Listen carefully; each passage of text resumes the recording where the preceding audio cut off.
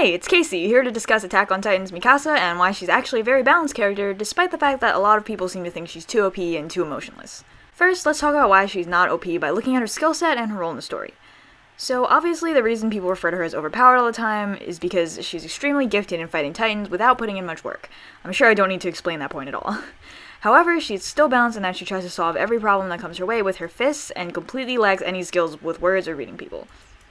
She speaks the language of thugs and tries to use the same tactic every time she needs to talk her way out of a situation.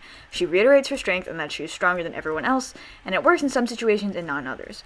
Overall, however, I call this trait a weakness, considering where this anime seems to be going. Let's look at the Trost arc, for instance. When she finds that businessman clogging the exit with his humongous cart, she threatens him with her fighting prowess, and that works because of the simple fact that he is in immediate danger and he is aware that he is physically unable to do anything against her. However, she tries the exact same tactic against Kits later on, who has multiple cannons aimed at them. She says that her specialty is cutting up flesh, and she'll do it to humans if necessary, which was just about the worst thing she could have said to the paranoid Kits in that situation.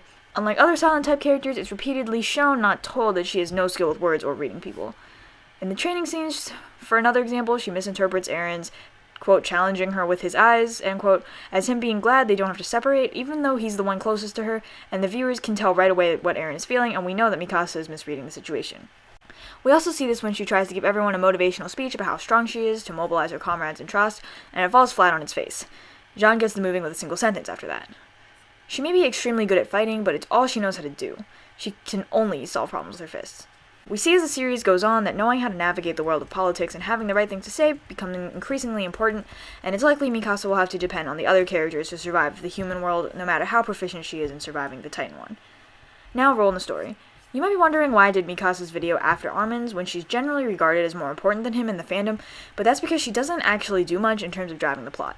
She never makes a big decision that changes the course of the story.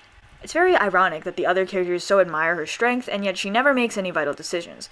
She always follows Eren around, follows Armin's plan, or is otherwise following orders. Basically, Mikasa is a musclehead. OP characters are overpowered because they are able to influence the plotline with a flick of the wrist. It's a bit of a stretch to call a character OP when they don't really change the course of the story. Writing Mikasa out of the story would have been relatively simple compared to writing someone else out of the story, like Armin, for example. Now, let's talk about the allegation that Mikasa has no emotions. No one's saying she's a really emotional person. She's very emotionally reserved, keeping her feelings to herself for the most part. However, it's implied that she's some of the strongest emotions of all the characters based on the way she treats Eren. She always does what she believes is best for Eren, regardless of how it will change Eren's opinion about her, and regardless of whether it will anger him or not. We see her constantly trying to protect him, even though he blows her off over and over and over. She loves him so much that she fears losing him more than his hatred and rebuke. She loves him unconditionally.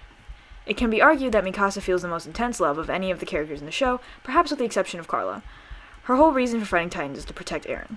Mikasa is very pure in the way she acts. She has simple and perhaps selfish motivations compared to the other characters, but she has the most concrete and most purely emotional reason for fighting Titans. Eren cares about justice, Armin cares about the fate of humanity, Jean cares about moral responsibility, but Mikasa is not concerned with the larger picture. Her only goal is to hold on to her piece of beauty in a largely cruel world.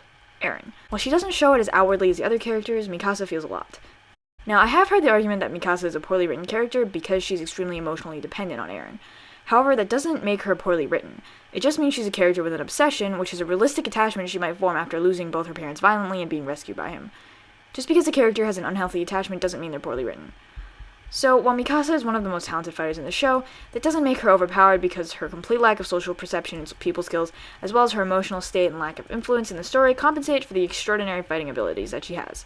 So I hope you enjoyed my analysis of Mikasa. Thanks for watching. Bye!